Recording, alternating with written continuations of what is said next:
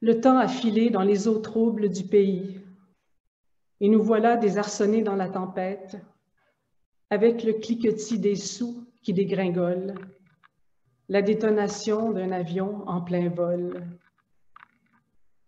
On ne sait plus dans quelle histoire s'aventurer.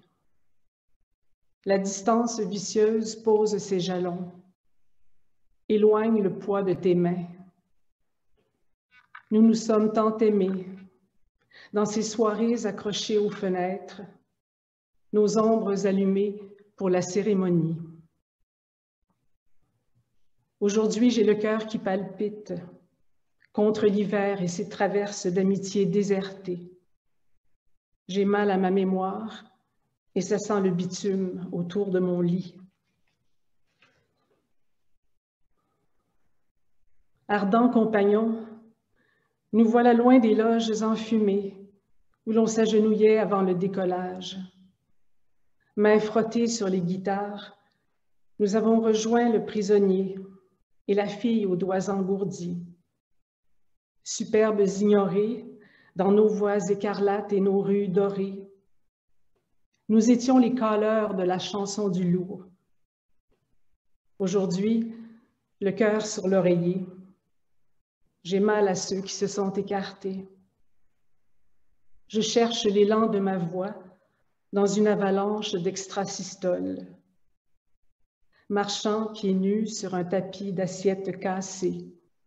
Je m'exerce à voir dans le noir. Le temps a filé dans le chenal du pays non advenu. Forêts brûlées, rivières asséchées. Le ciel nous a parlé de nos vouloirs insatiables. Et nous voilà, en rade, sentinelles ébahis au milieu de nulle part. Nos prières déposées sur le sol comme des armes inutiles. Comment entendre ce qui se murmure?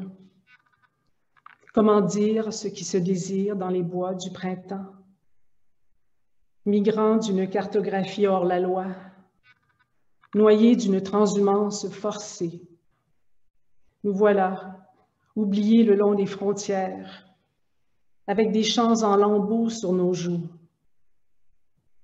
Je ne sais pas si je crains ou espère ce qui viendra demain. Dans ce pays qu'hier encore, on croyait sorti du bois, nous voilà réduits à parler, manger, mourir seuls. Sous la menace des briseurs de rêves, nous pleurons dans le noir, héritiers d'une langue invraisemblable de séries télévisées. Nous voilà loin des scènes minuscules où l'on se propulsait au meilleur de nous-mêmes, à peine givrés, certainement amoureux. J'entends teinter nos musiques minimalistes, nos poèmes scandés dans un micro sacrificiel. Comment vivre aujourd'hui avec l'assaut répété des vendeurs de fadaises?